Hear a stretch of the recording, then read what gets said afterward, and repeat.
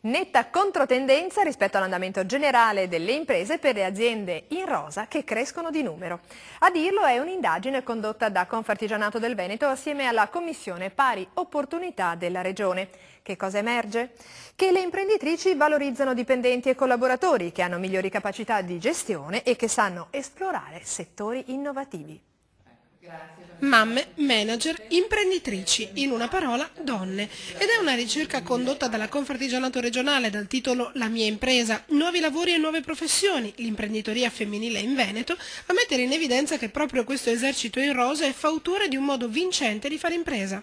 Assieme alla Commissione Pari Opportunità la Confartigianato ha collaborato cercando di dare uno spaccato di quello che può essere un'indagine ovviamente inizialmente statistica sul mondo dell'impresa al femminile e soprattutto per cercare di dare degli ulteriori orientamenti a chi legifera e a chi ovviamente fa politica per dare degli indirizzi chiari su quelli che potrebbero essere dei contesti favorevoli per cui il fare impresa al femminile trova una allocazione diversa e probabilmente anche una quantità di imprenditrici in crescita. A guardare i dati che emergono, infatti, si nota una netta discrepanza tra il tasso di natalità e di mortalità delle imprese a prevalenza femminile e quelle prettamente maschili, segno che le imprese di donne riescono a far meglio fronte ai venti di crisi. Le imprese al femminile hanno comunque dimostrato di avere nella nostra regione una marcia in più, nel senso che sono imprese che hanno anche a livello di dati, diciamo, di accesso al credito, una bancabilità superiore, nel senso che sono molto più affidabili. Io direi che è un quadro positivo, poi io voglio anche pensare positivo, credo che in questa crisi non deve toglierci né l'entusiasmo né tantomeno la capacità di analizzare le straordinarie potenzialità che abbiamo come Veneto. Alla fine del 2012 le imprese artigiane femminili in Veneto erano 1,5 milioni, ovvero il 23,5% del totale. Il loro tasso di natalità superava dell'8,5% quello di cessazione, a differenza di ciò che avveniva per il resto del mondo produttivo, costretto a fare i conti con un saldo negativo al 5%. Questo testimonia che se a fare impresa è una donna, la probabilità di successo dell'azienda è più alta. Da questa esperienza la Commissione Pari Opportunità ha voluto trarre una sorta di decalogo a favore di tutti coloro che volessero comprendere a fondo le ragioni di questo successo e, perché no, imitarlo. Le donne hanno dimostrato da questa ricerca di essere molto più favorevoli all'aggregazione, quindi hanno una gestione del proprio tempo di vita e lavoro e della impresa che risente ovviamente di una programmazione che tendenzialmente magari il maschio non ha.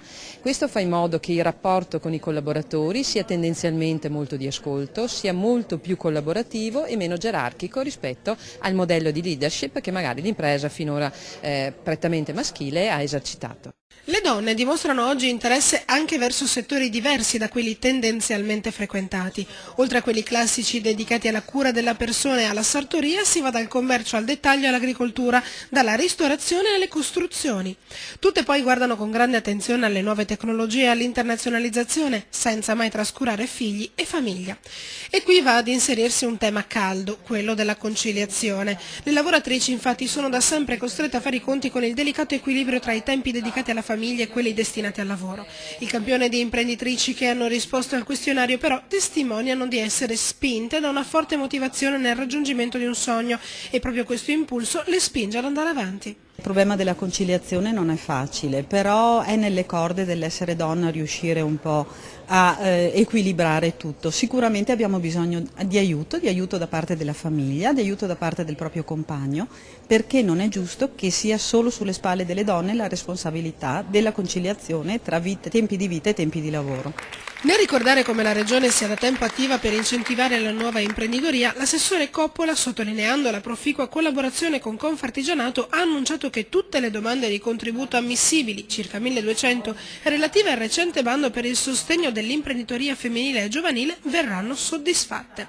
Questo grazie al reperimento nell'ultima finanziaria regionale delle risorse necessarie. 34 milioni di euro verranno assegnati ad imprese che hanno proceduto con le operazioni di start-up e in altri casi affrontato il delicato processo di passaggio generazionale. Ma cosa imparare dunque dal genere che definire debole sarebbe oggi del tutto improprio? Che le imprese artigianali femminili sono vivaci, sono attente, sono molto proiettate al futuro, sanno trovare dentro di sé le capacità e le prerogative per avere successo nel mondo del lavoro. Se volessimo estrapolare questi esempi e dare quindi una regola generale, che cosa potremmo dire? Di conoscersi bene, di capire quello che si vuole fare, di tirare fuori tutto quello che si è veramente e metterci tanto coraggio, tanta forza, tanta determinazione anche nel chiedere aiuto e sostegno, insomma, alle istituzioni.